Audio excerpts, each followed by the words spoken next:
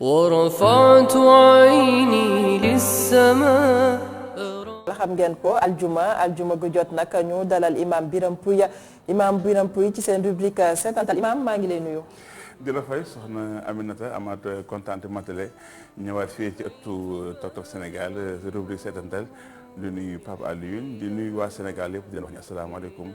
wa rahmatulahi taala wa barakaatu. te nag rubrique seetantal di amal taxaw seetlu ci nag li nga xamante ne moo di ngëneel imam lan la ñu mën a jàpp ngëneel mooy li nga xamante ne mooy wane ni bés bi tàmbali na. Très bien se lever tôt pourquoi se lever tôt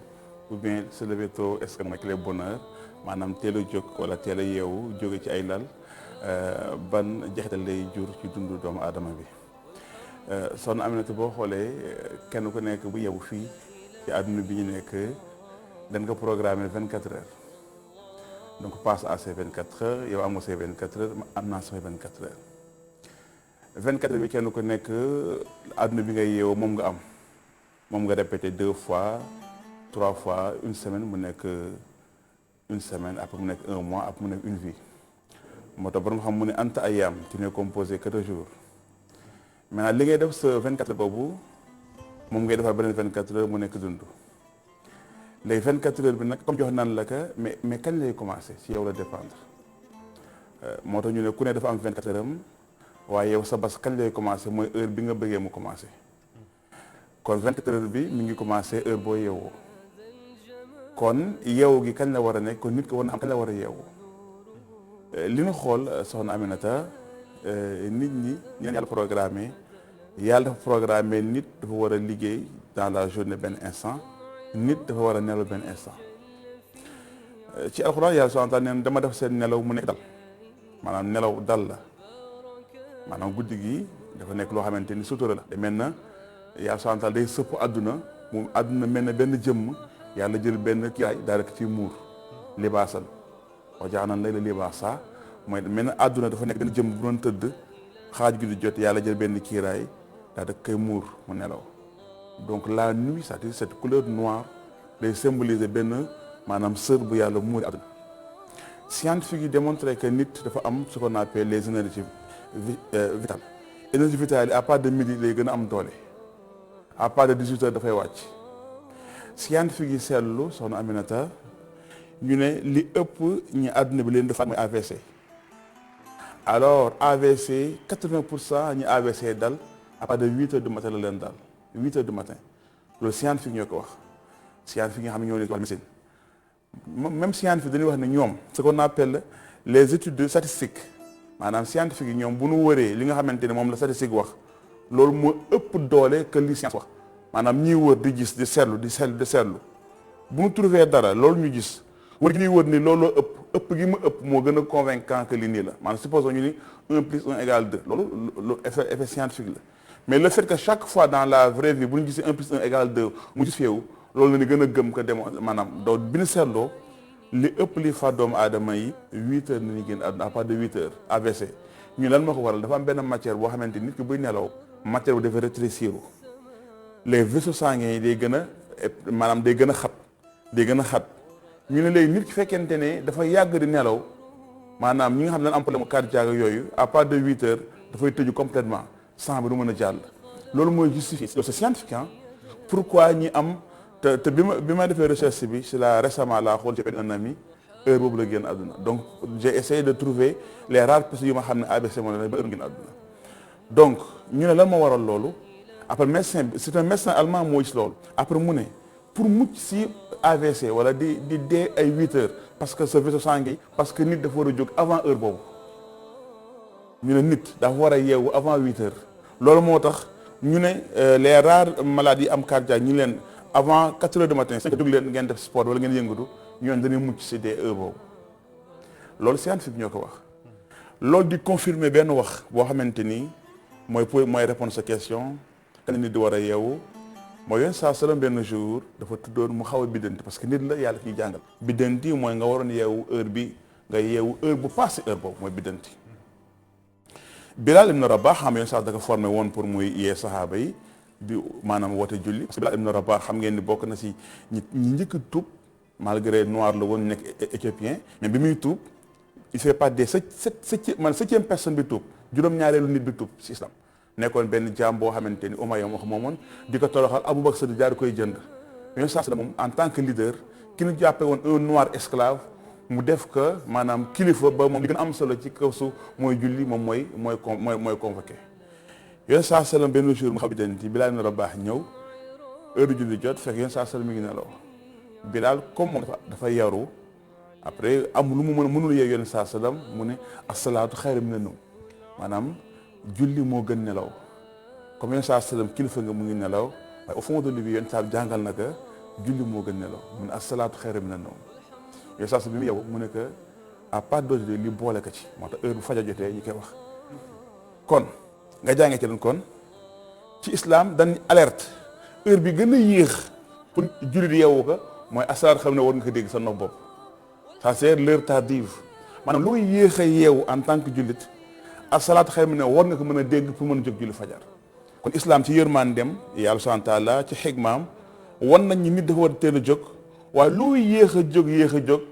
balaa ñu naan asalaatu xam ne war ngaa jóg pourquoi donc le début de ta journée ci islam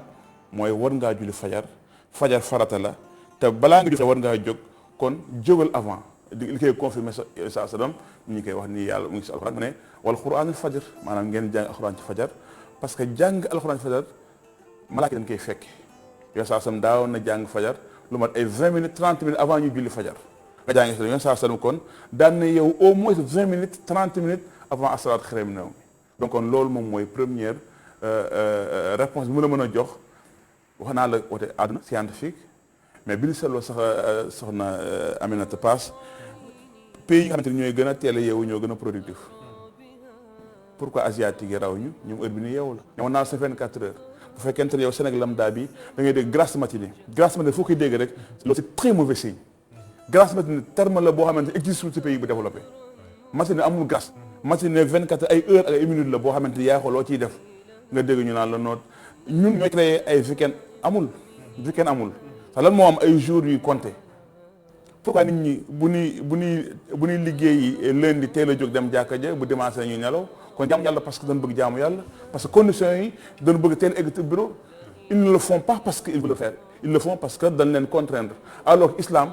lépp looy def bu ko def pour contraindre da nga def parce que da la convaincre. ñu dem sax ba naan Papa Lune dooguma la ñu naan ñi dem ba naan la vie appartient à ceux qui se lèvent tôt wala le bonheur appartient à ceux qui se lèvent tôt pour rejoindre li imam Birame wax Papa Lune. te imam sax ñu bëgg mu leeralaat ñu ci li nga xam ñu ngi ko doon wax ci en coulisses entre jug teel ak teel a jug. loolu am na solo imam. c'est ça c'est jug teel ak teel a jóg xam nga jug teel mooy anticiper. n'est-ce pas mooy anticiper dama anticiper parce que boo xoolee dafa am àdduna nu muy fonctionner bu fajar jotee lépp na teg yàlla santaal la dindi kiiraay bi mu muuree àdduna ni mu koy dindee mooy day alerter soleil bi ni ko jógal c'est le soleil moomu wax yow man xiyaam buy ñëw dans isa sam su ko wiraat bokk na ci suñu yow man xiyaam yàlla day éliminer soleil bi du amati donc tant que y a le soleil ça parce que y a une vie le soleil c'est pour garantir la vie teel a jóg boobu nga xamante ni yow loo teel a jóg di nga fekk jant bi jóg parce que jant bi moom day tourner goo xamante ni moom bu amatulee yow sa dund amatul yëg nga ko yëgoo ko day fonctionner sa xol bi dafay fonctionner léegi lan mooy teel a jóg mooy fexe ba sa hormones yi nga xamante ni moom la yàlla moñaleel ñoom dafa am heure boo xamante ni duñu nangooti di nelaw yow yaa koy forcer ça daa war na wax heure bi ngeen war a jóg bu jotee seytaan dafay ñëw nga dëpp parce que heure bi jot na xam na ni heure bi ni yàlla programme doomu aadama loolu c'est instinct maanaam yàlla dafa programme doomu aadama heure jóg bu jotee day jóg maintenant seytaan day créer condition man day jël mbàdd mi sàngaar la ko def sa bopp non war nga ma nelaw non tu es trop fatigué naa ngi mën sàngam pourquoi tu es trop fatigué mais est-ce que teel nga tëdd islam bi si nga xam nga boo jullee gee ba pare sa journée jeex na islam dala jox heure julli pour nga identifier comment tu gères n'est-ce pas ta journée heure bu gee jotee ba nga julli gee ci islam sa journée jeex na et maintenant même médicalement parlant gis na ni nit ki au-delà de 21h 20h il n'est plus efficace dañuy wax booy lekk à part de 19h 20h waratoo lekkaat. organisme war ko soxlaatu ko. parce que sa journée jeex na maanaam cellules yi yàlla programme des milliards de cellules.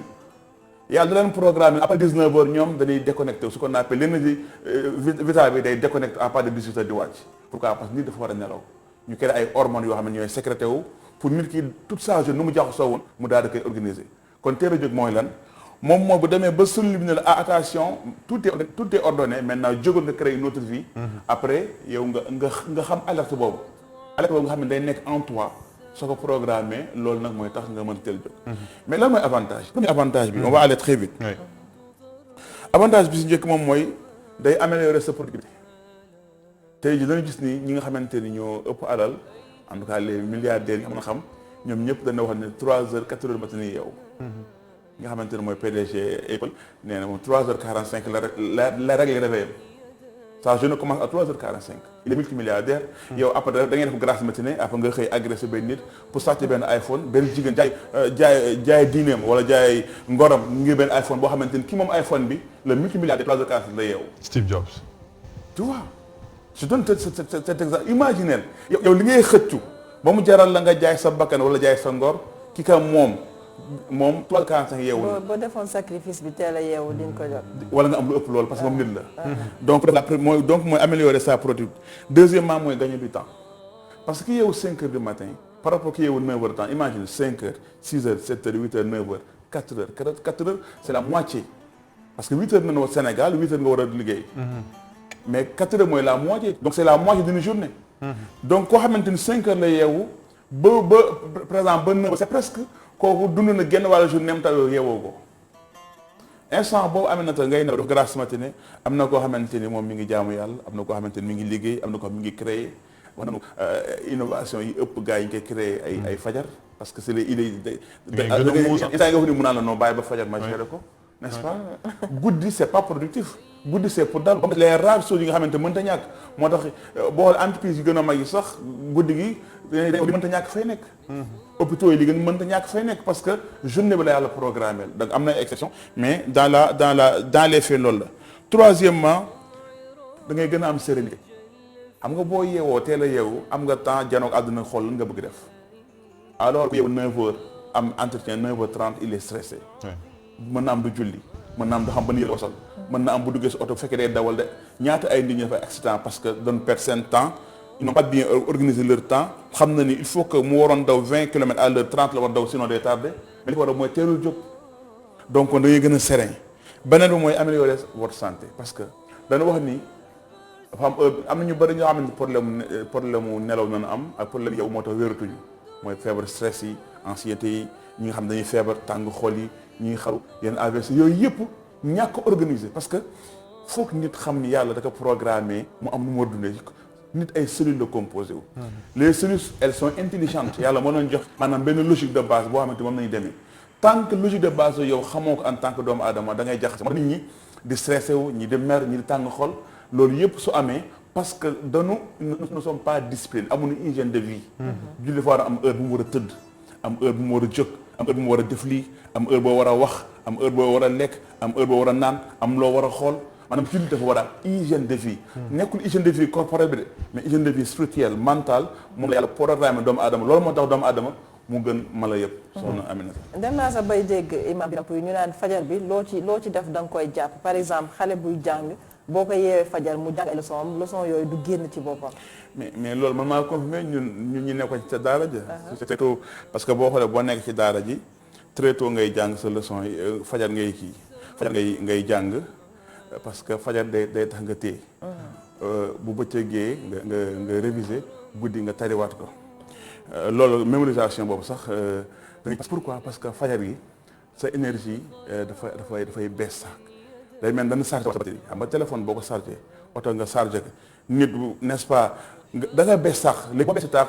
am nga aptitude bi nga jàpp lépp am nga aptitude loolu moo tax yàlla souvent si yërmande mu ne bu fajar ba dara di xew rek da ngeen jàng alxuraan ngeen créé connexion divine bi da ngeen dem jàkka ji ngeen julli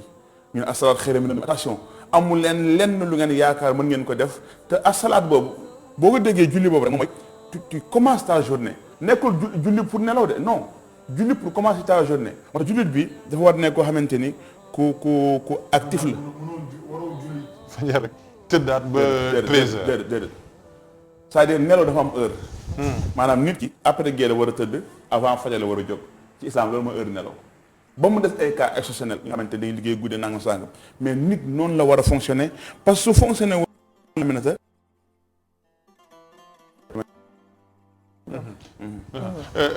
imam ban lien moo am entre nga teel a jóg se lever tôt ak lii nga xam ne mooy bonheur ban lien moo ci am. très bien léegi je pense loolu moom foofu dañuy génn ci seetantal bi tey mooy ban lien se lever tôt est-ce que day joxe bonheur maanaam teel a jóg wala maanaam teel a yeewu ndax day indi bànneex voilà d'abord on va définir le bonheur. Je pense que c'est vrai on a j'ai cette comment dire kii philosophique attention léegi ay wolof di ko bànneex